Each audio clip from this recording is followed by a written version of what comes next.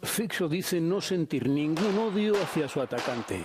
El primer ministro eslovaco hizo una primera declaración en vídeo al salir del hospital tras sufrir un atentado. Se recupera de múltiples lesiones tras recibir 4 disparos a quemarropa mientras saludaba a sus seguidores el mes pasado. Je na čase, aby som urobil prvý krok, a tým je odpustenie.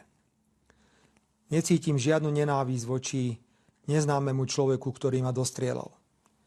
Nebudem voči nemu vyvíjať žiadne aktívne právne kroky, ani žiadať náhradu škody.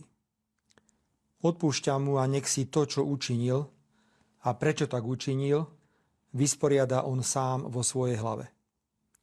Nakoniec je evidentné, že bol len poslom zla a politickej nenávisti, ktorú politicky neúspešná a sfrustrovaná opozícia rozvinula na Slovensku do nezvládnutelných rozmerov. El autor del ataque terrorista, de 71 años, ha sido procesado por asesinato frustrado con premeditación y está en prisión preventiva.